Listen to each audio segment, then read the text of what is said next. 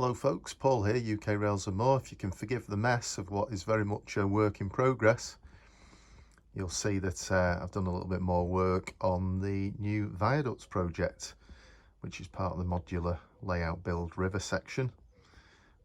Basically, I've just been completed the 2-arch viaduct at this end, and then there's going to be a span going across the river.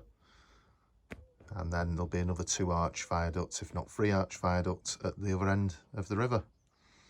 And then also there's going to be various embankments along as that lower line passes through to a station, and also the upper line passes over to a peak forest section. So if you like the sound of that, I will bring you back for a more detailed look at how I've started building this viaduct for the new layout. Thanks for watching. I'll speak to you in a bit. Bye for now.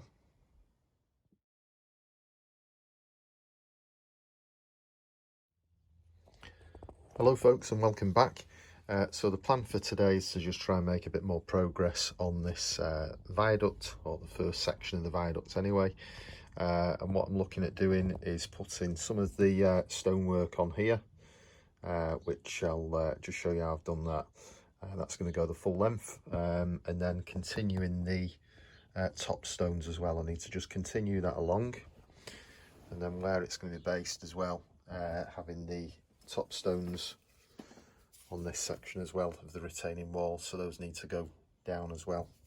So I'm going to carry on with that and then do some additional weathering as well under this line here, and then there'll also need to be some stonework going around here, and at some point where the shop fits into there, I just need to work out how I'm going to have the edgings around here as well, and that should just hopefully give it a bit of depth. So yeah, making these various bits of stonework here really simple. I'm just using some cardboard, which has just been just this stuff really. It's just an old kettle, and just using that and basically cutting it, scoring it, folding it over, and then just using some insulation tape just to give it a bit of depth and keep it in place. And then after that, I'm just effectively, you end up with something like this, just these bits just wrapped up in insulation tape. And then after that, I'm just using some of this, which is just some wrapping paper actually, but it's got quite a good slaty kind of black stone colour, so I'm going to use that to wrap it and then attach it on, basically stick it on. And then on the top pieces there, I'm doing those in blocks, so cutting them out into blocks, so you've just got a bit of extra join work as well. So yeah, I'll carry on and bring you back in a bit. Bye for now. Okay, so when you've wrapped it, you end up wrapped in the paper, you end up with a hardly noticeable join that you can just put on the inside, and it's quite easy to just kind of manually press into place, just to make sure that you get it the right size for the join basically. So you can just manipulate it slightly to get it just right, and then it's just a case of gluing it on.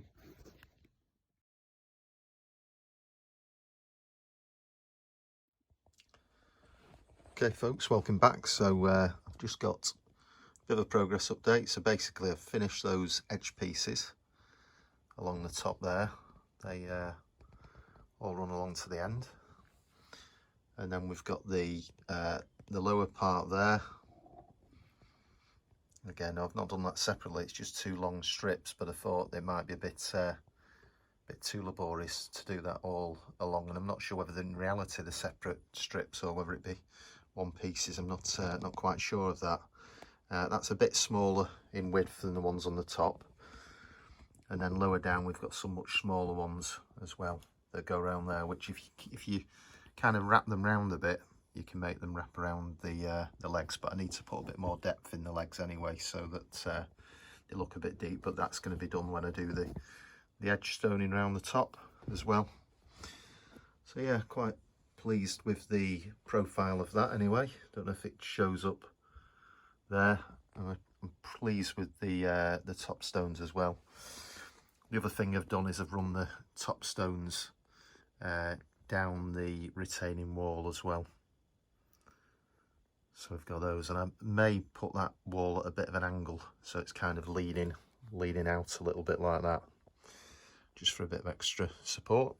And then we'll have to do some work on the shop. So yeah, quite a bit of work goes into that, but there's more to do on it. There's more weathering now. I need to do a bit more weathering, making darker areas underneath the lips of this, and also underneath there as well, and underneath here. And then just from observing a few real ones, you tend to get it's a lot darker just below this line, below the as if you're getting a lot of water and moisture sort of puts dampness into the stonework than the top. The top tends to be a lot cleaner, so which probably, you know, that's above the ballast level, so it probably makes sense. And then just need to do some more weathering down here as well. So yeah, after that it's going to be a case of doing it on the other side as well, because I want a similar kind of structure on that. And of course on the centre it's going to be the kind of the iron steel type bridges, so that should be quite a bit easier to do than these, I would think. But and then you've got the embankment which will be running through as well. So yeah, hope you've found that interesting, and I'll bring you back again. Bye for now.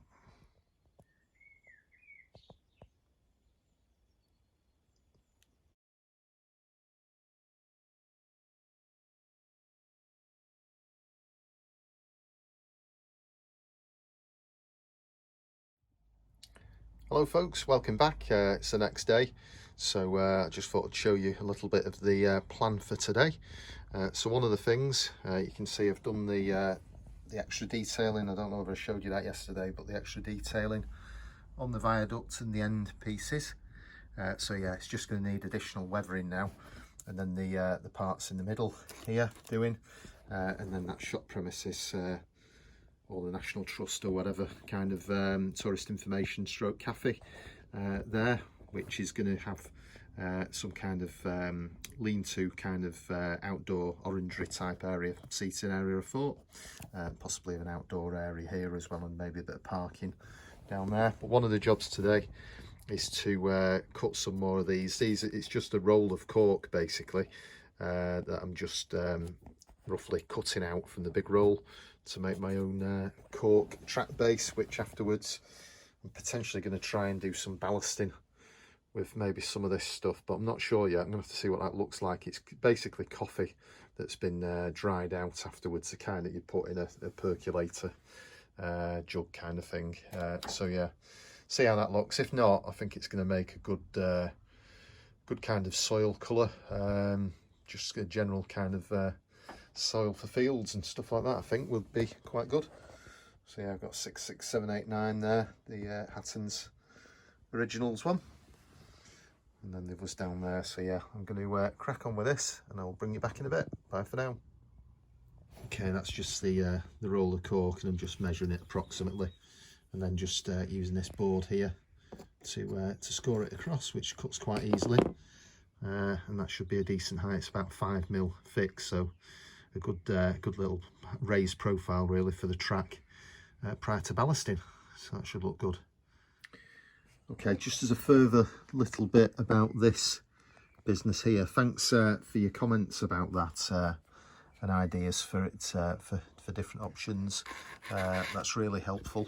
My idea, I'm not 100% it's going to stay as this. I thought I'll see how it looks roughly, and I probably will be doing another kind of tourist spot kind of cafe in any case at some point, but just this was mixed views. I'm just going to see how it turns out really, but my thoughts initially were something using card that's an appropriate colour.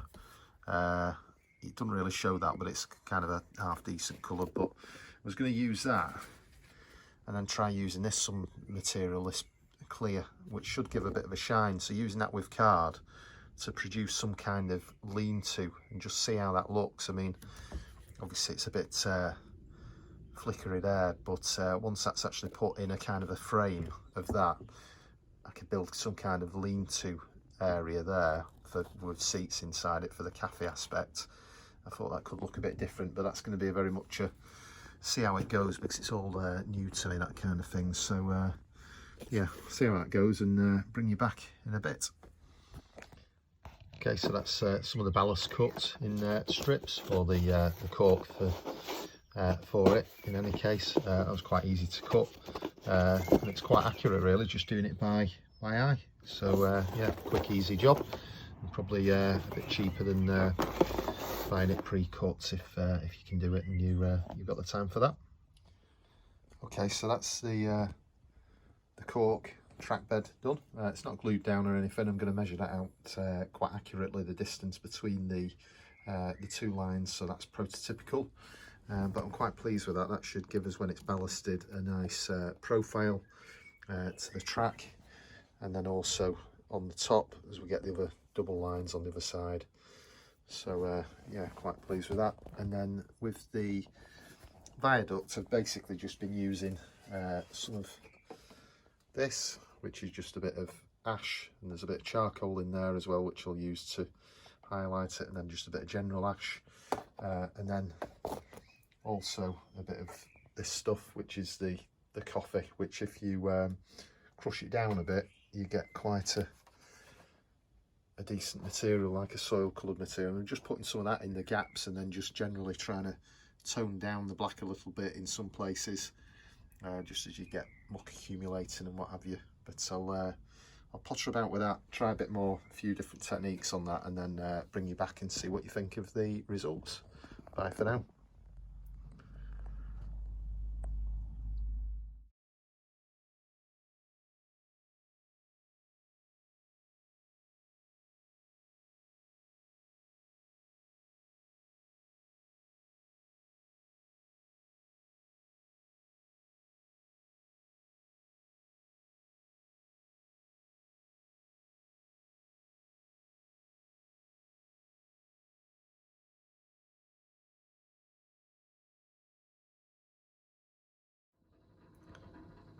Hello folks, welcome back. So yeah, a couple of things I've done really, a little bit more on the bridge, but also just experimented a little bit with this ballast.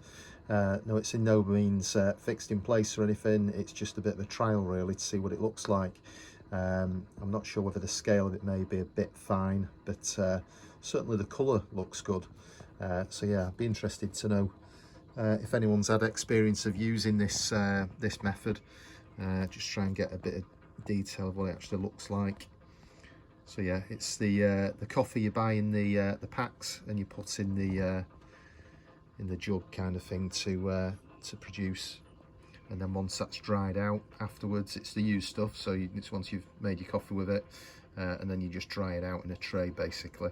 But certainly it looks a really good colour, the that kind of brown oxide colour that you get from some places. Certainly around the northwest you get that colour a lot, and then also on the upper line I'll be using a kind of a much greyer ballast on there, just for the bit of contrast for the two patches. Yeah, I was quite reasonably pleased with that. I'll just have to see it's easy enough to produce. The other thing, just looking up, let us know what you think of this. I'd sometimes wonder whether I've gone a bit too far with it, but what I wanted to do was really tone it down a little bit really, and kind of in places darken it up. So I've tried to darken it underneath the overhangs, where I think just from looking at some you get more kind of dampness and more kind of general grime and muck under those areas, and then also just trying to merge in a little bit some of these so that they don't stand out as much, and again the same with the end pieces. Obviously I've got to do all of the scenery on the outside properly. That's going to be done with scatter materials and things. But yeah, just wanted to get those edging pieces done a little bit more, try and get them looking a little bit, that's a bit better now it's focused, but trying to get them looking a bit more weathered really in general, because I thought the other one looked a little bit too light. But yeah, let me know what you think of that, if you've got any opinions on it, good or bad. It's all useful to get the benefit of other people's experience with these. I'm aware a couple of people as well, I think Andy, Moreland Model Railway, had mentioned about John Warner's video, which I've had a look at, where he's done the individual ones, and indeed Andy has as well. So thanks for that, Andy. Just with actually putting the individual tiles, so that's something, certainly a project I might look at doing with this in the future. But just for now, as an interim thing, what I was thinking was potentially just marking and highlighting out some of these gaps in the stonework as well, and then maybe just putting the odd one that's a bit sort of higher profile in different places, just a temporary thing, so I can make a bit more progress on the layout in general. So yeah, it's another bit of work done on it. I'm not going to have time for doing that one on this video, but yeah, I'll have a go at that with one of the future ones, and then obviously the next thing I've got to do is just those edging stones around there. So yeah, I'll bring you back as a separate video for those, but hope you found it useful. If you've got any comments, please let us know. If you're interested in watching the progress of this small section of what will be a much larger layout, then please consider subscribing, and if you hit the notification bell, that will send you a notification of any future emails, any future videos rather, that I do. So in the meantime, thanks very much for watching, your comments and subscribing, and I'll speak to you very soon. Bye for now.